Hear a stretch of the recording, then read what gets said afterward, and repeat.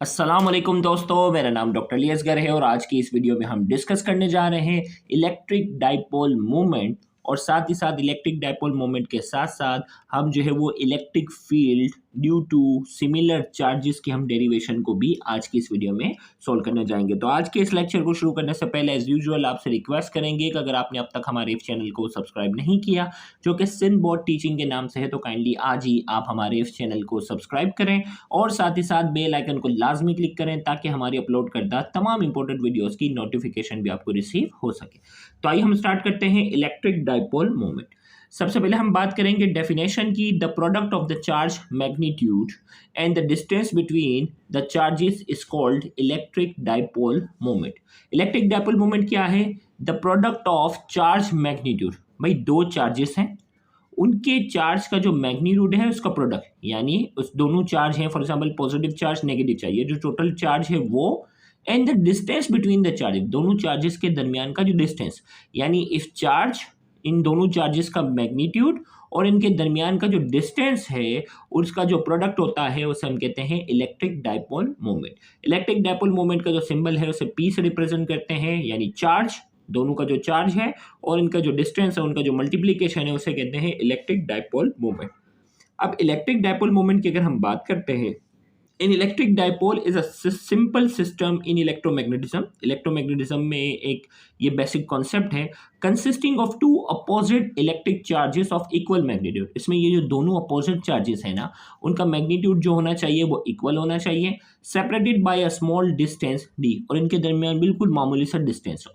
The strength and direction of the dipole are represented by its dipole moment.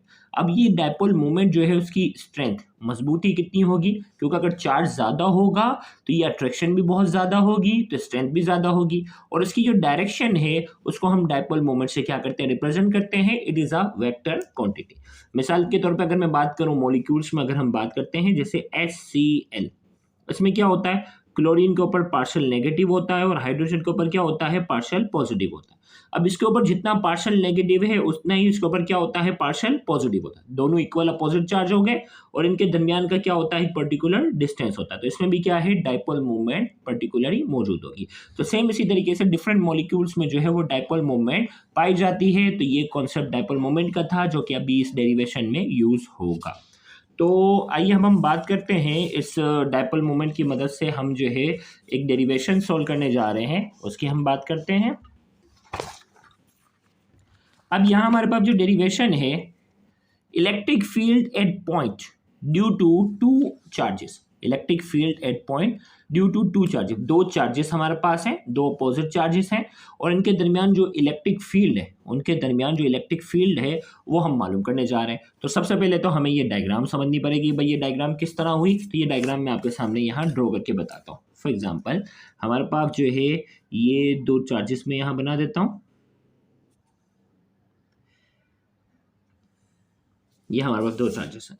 जैसे यहाँ जो है negative charge है, यहाँ पॉजिटिव चार्ज है, सेम यहाँ पर भी मैं क्या कर रहा हूँ, यहाँ नेगेटिव चार्ज है और यहाँ जो है वो क्या है, पॉजिटिव चार्ज है। हो गया भाई।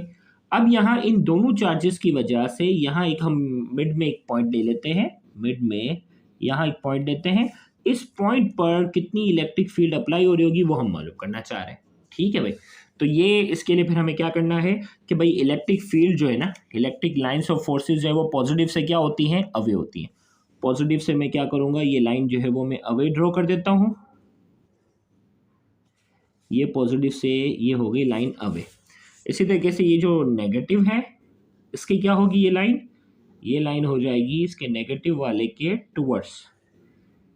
आपको याद है ना इलेक्ट्रिक लाइंस ऑफ फोर्सेस का जो कॉन्सेप्ट पढ़ा था कि इलेक्ट्रिक लाइंस ऑफ फोर्सेस जो होती हैं वो पॉजिटिव से अवे होती हैं और नेगेटिव की क्या होती हैं, टुवर्ड्स होती हैं। और इन दोनों के दरमियान का जो फासला है, इन दोनों के दरमियान का जो डिस्टेंस है, ये मैं यहाँ इस डॉटेड लाइन से क्या कर लेता हूँ, ये शो कर लिया। ओके भाई, इन दोनों के दरमियान का जो फासला था उसे मैंने नाम दे दिया है डी का, ये हो गया डी। हो गया भाई यहाँ तक। इसी तरीके से हमारे पास जो है यहाँ हमारे पास पॉइंट पी है ना, यहाँ जो पॉइंट था उसे हमने नाम दिया पॉइंट पी का, हमने क्या कर दिया, नाम दिया था। ठीक है। अब हमारे पास जो है वो यहाँ हमारे पास एक बिल्कुल स्ट्रेट पॉइंट पी के मुकाबले में जितना फासला है ना, उसको हमने स्ट्रेट लाइन से यहाँ ड्रॉ किया। ये पॉइंट P के मुकाबले में, एक मिनट थोड़ी सी लाइन टेढ़ी हो गई, सॉरी, ये पॉइंट P है, यहाँ इसके दरमियान का जो फासला था ना, यहाँ हमारे पास, इसको मैं नाम दे देता हूँ D का नाम दे देता हूँ। अब देखो ये पॉइंट हमारे पास A है, ये हमारे पास जो है वो B है, यहाँ हमारे पास जो डिस्टेंस था उसको C नाम दे दिया, और यहाँ वाले पॉइंट को नाम दे दिया हमने D का नाम दे दिया। यहाँ तक हो गया।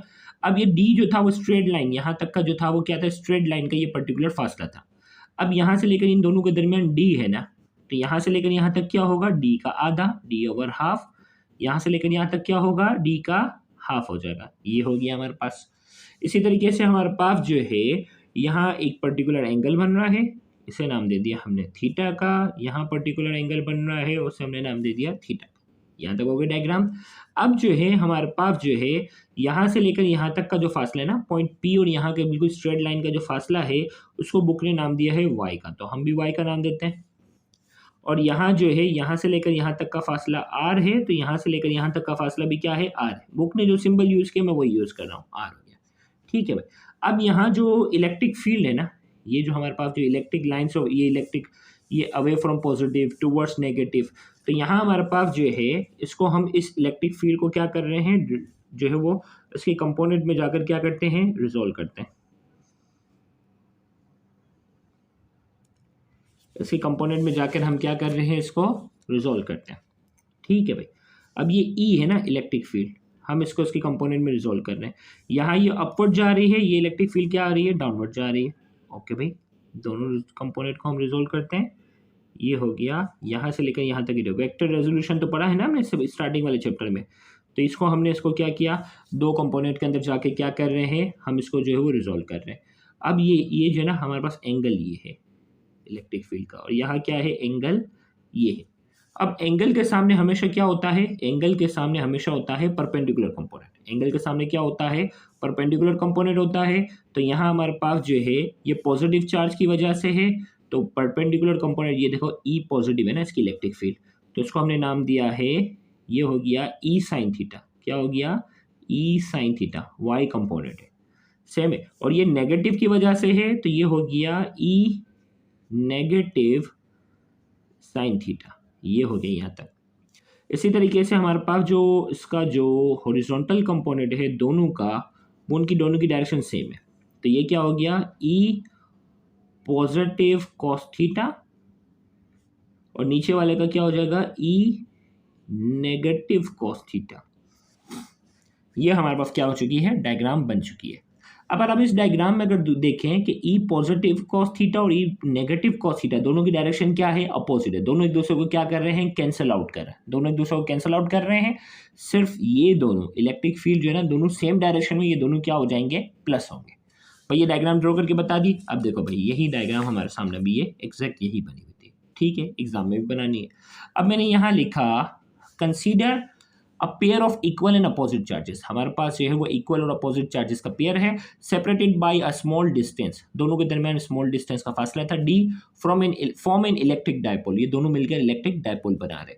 To calculate the electric field of the dipole, dipole की अगर इलेक्ट्रिक फील्ड बनानी है एट पॉइंट C, ये जो पॉइंट C है ना, यहाँ अगर हमें मालूम करना है कि इलेक्ट्रिक फील्ड जो है इस डायपोल की वजह से कितनी है, which is at distance y from the centre of dipole, और सेंटर ऑफ डायपोल के मुकाबले में इसका फासला जो है वो क्या है, हमने y से शो किया।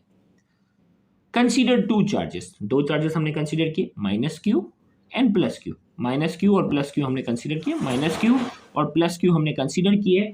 Place at small distance d from each other, और दोनों के दरमियान जो डिस्टेंस है वो कितना है, d। The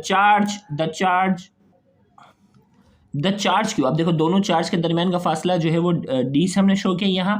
the charge Q set up electric field E positive and the charge Q negative produce electric field E negative. अब देखो भाई चार्ज क्यू जो पॉजिटिव है वो इलेक्ट्रिक फील्ड इसके अवे थी, तो इसकी इलेक्ट्रिक फील्ड को हमने E पॉजिटिव का नाम दिया, और चार्ज क्यू जो है वो नेगेटिव है, उसकी इलेक्ट्रिक फील्ड की डायरेक्शन टूवर्ड्स होगी। देखिए इससे पहले इलेक्ट्रिक लाइंस ऑफ फोर्सेस का कॉन्सेप्ट पढ़ा था ना, कि इलेक्ट्रिक फील्ड पॉजिटिव से हमेशा अवे होगी और नेगेटिव की क्या होगी, टूवर्ड्स होगी।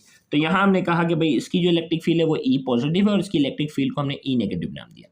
Resolving the field vector into components, इसको हमने इसके कंपोनेंट्स में जो है वो रिजॉल्व किया। The vector component E positive and E negative cancel each other.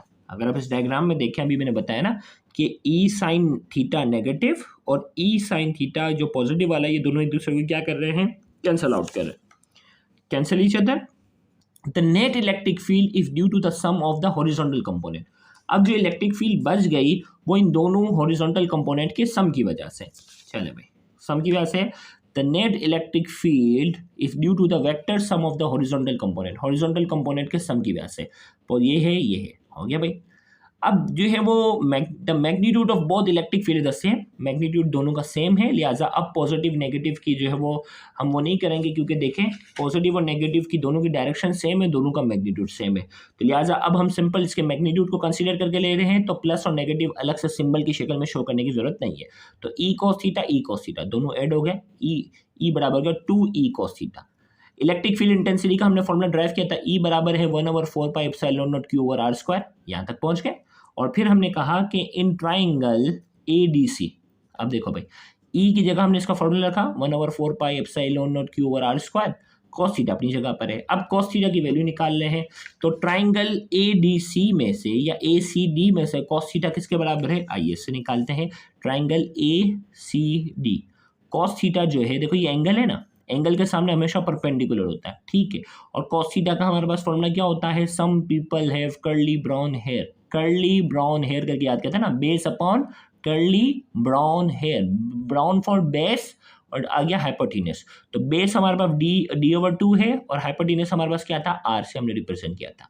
तो ये हमारे पास क्या हो गया, cos थीटा बराबर होता है बेस अपॉन हाइपोटेन्यूस। तो बेस हमारे पास जो है वो d/2 है और हाइपोटेन्यूस r है।